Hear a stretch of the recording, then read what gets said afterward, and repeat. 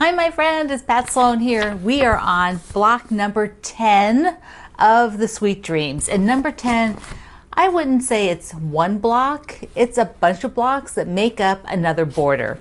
And so our theme for today is pastries. That is what we're going to celebrate our Sweet Dreams with, all kinds of pastries. They might be more of my favorite dessert or sweet thing than others. Pastries would be donuts.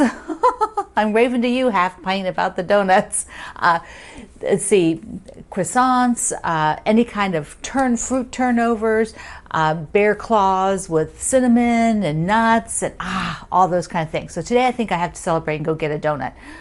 My grocery store, the one thing I really like in there is their glazed donuts with chocolate icing. Yes, I knew you wanted to know that. Oh, I like all kinds of donuts, by the way, as long as they don't have cream in the side. I don't like those ones, or jelly inside. Now, anything else. Okay, let's look. I'm going to leave it on the wall here for a second.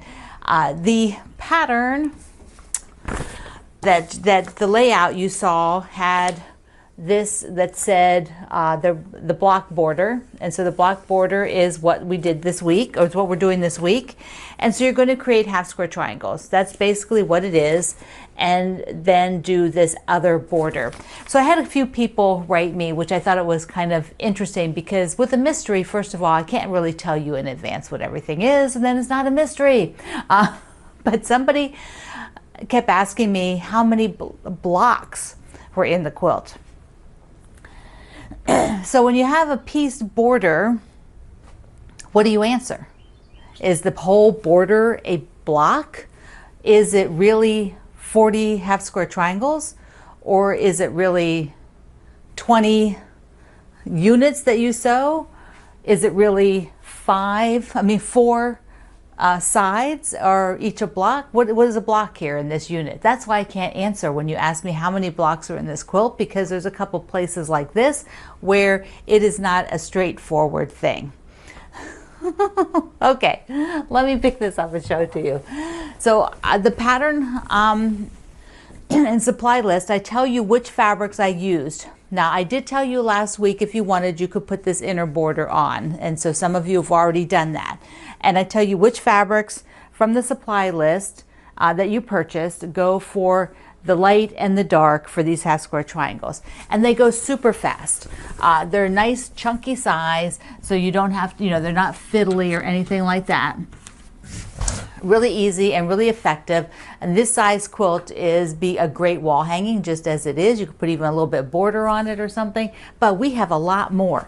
There's a lot more, because this is a fun sew along that takes a few more weeks to do. We have all of this out here from the middle.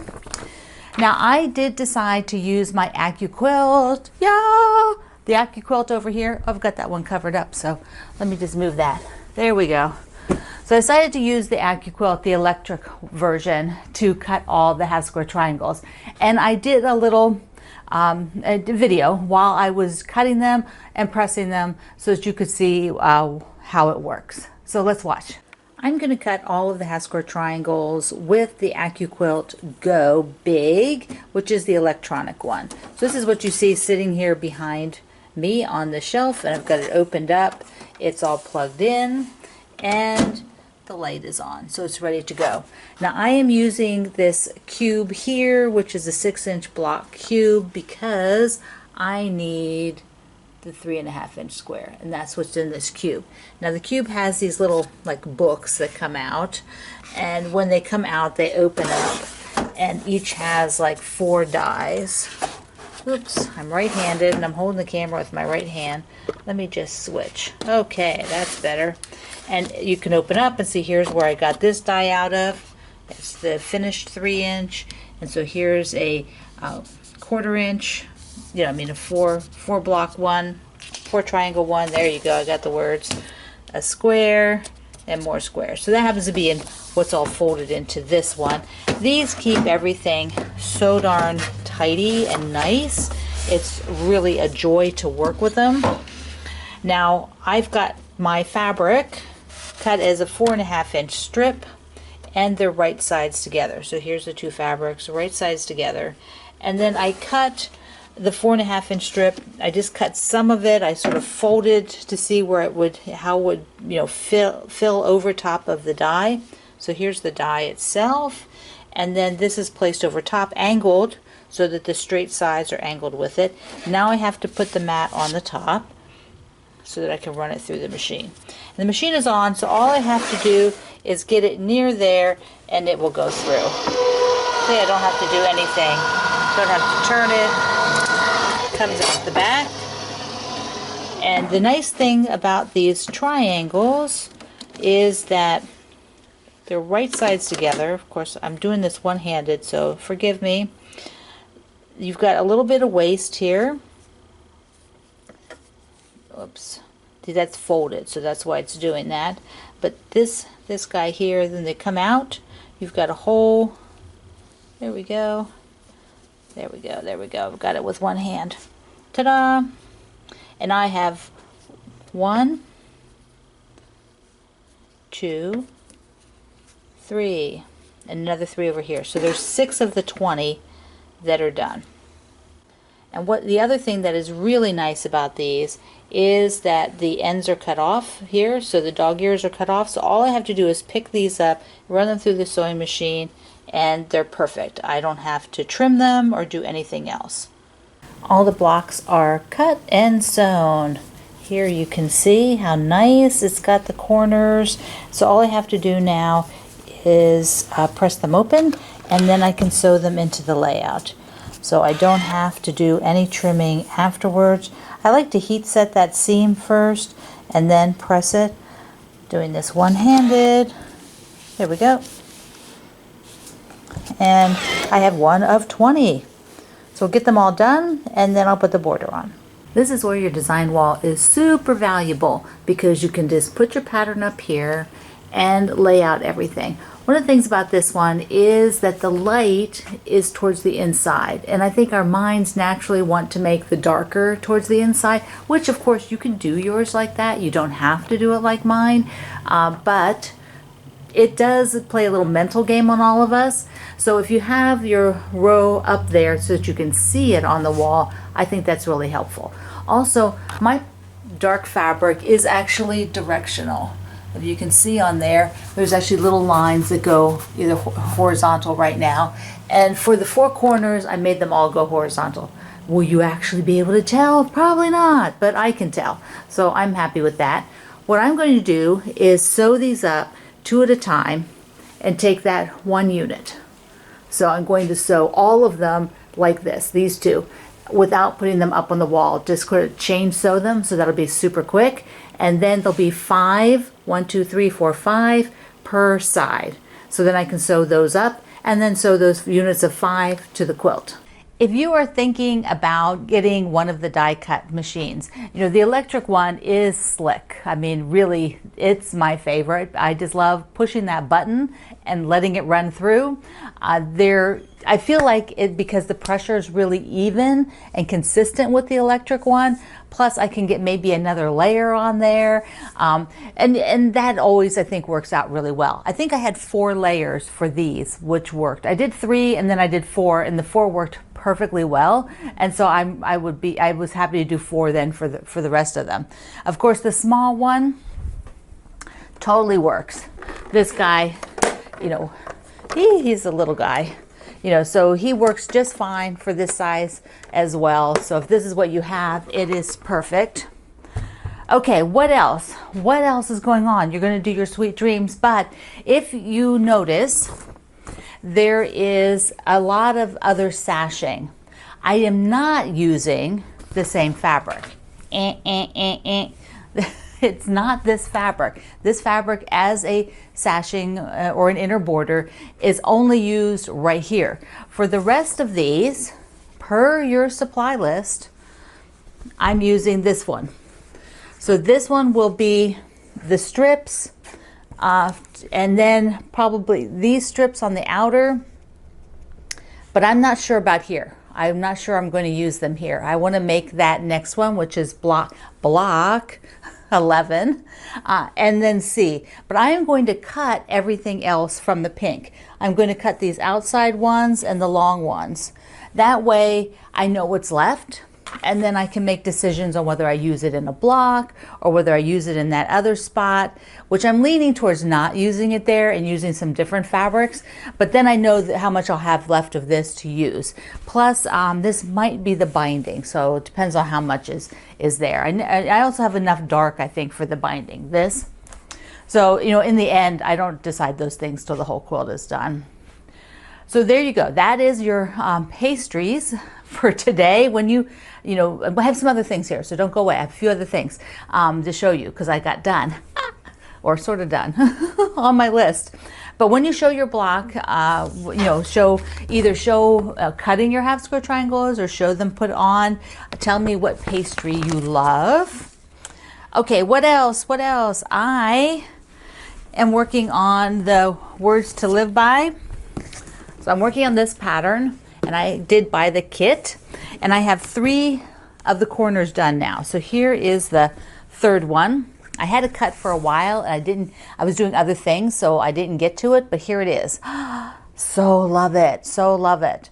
Yeah, like some of the blocks, what I like is that the blocks are spaced out between super easy and ones that take a little bit more work. So like this one up here is super, super easy, and then this one took a little bit more work, but you know, not that bad. So that means I have, here we go, I have this quadrant to cut, and that's what I'm going to do next. I'm going to have it cut and ready so that as I'm doing other things, and then what will happen is these 4 will get done, and then the middle. I think the middle is all left at the end. But I feel like I'm doing really well moving along with that by taking each, and they come in a pattern like that because it was set up to do it that way. So I just take each pattern and cut it all, and then do it while I'm doing some of the other projects that I'm sewing along here. All right, those aqua blocks. Here we go. I got the fabrics out and put them in the little basket here. So I put some in here so that I could just, you know, grab them as I needed to use when I start and stop the other patchwork. And I now have 1, 2, 3, 4, 5, 6 blocks done. What I've noticed though is that my aqua 2.5-inch squares, there's a lot of the same ones.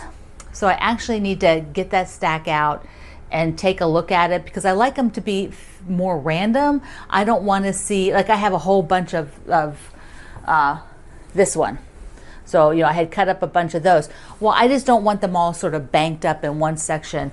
And I also won't sew these quite yet. I'll just do a bunch of these, and then at one point I'll start sewing them.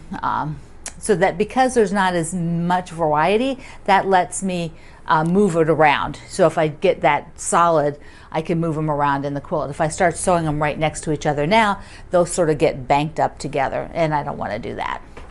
Okay, I also got, did I show you that I got this started? I got the leaf started, and the leaves are finished, and now I'm on the flower. The flower is so pretty, and I think I'm going to do better. I think the threads are easier for me to tell the difference. They were a little too close for me here. I should have used a lighter pink in the middle, but in the end, this is probably not going to get undone. Who knows? Maybe I'll undo it, but I probably won't. This is from the pattern, the Folk Art flower. So I will work on that flower at the top, and I think once that flower is done, then I'll go do the little April mini, and that way I think I can balance it.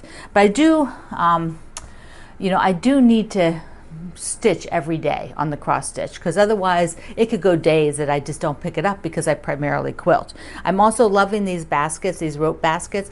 They're just really useful to put everything in, and this is what we got in the Sew Sampler recently for the needles. I put it in here because I just love it. I love it. All right, I think I had one other thing to show you. Oh yes, the string beans. Whoops, I've got my foot tangled. Okay. Don't want that. Okay, our string bean block. So this is my second row, and this is today's block. So I've got that done. And remember, I'm doing the one 6 across. So I have 3 more days, and then I'll sew this row to the upper row, and then I'll have 2 rows done on mine. So I know some of you, well, some of you finished. You just sewed it all up. And others of you don't like to sew these together until you're whole vision is done, you have all the blocks done, then you put it up in the wall, and as you say, as somebody said, then they can obsess over it for days and days and days. And that's really what you do, don't you? You sort of get it up there and then you're like, okay, let's spend the next 3 weeks shuffling units around. Sometimes that's what you have to do. Other times it's better to just put them together. Get them done. And the last thing here is for the Quilt Day, March 19th. Fat Quarter Shop is hosting a layer cake lotto, is what they're calling it. And on this Friday, March 11th, they will put out the information on it, which is a challenge. It's a layer cake challenge, so that you sew up a layer cake. Where is mine? This is mine. Whoops.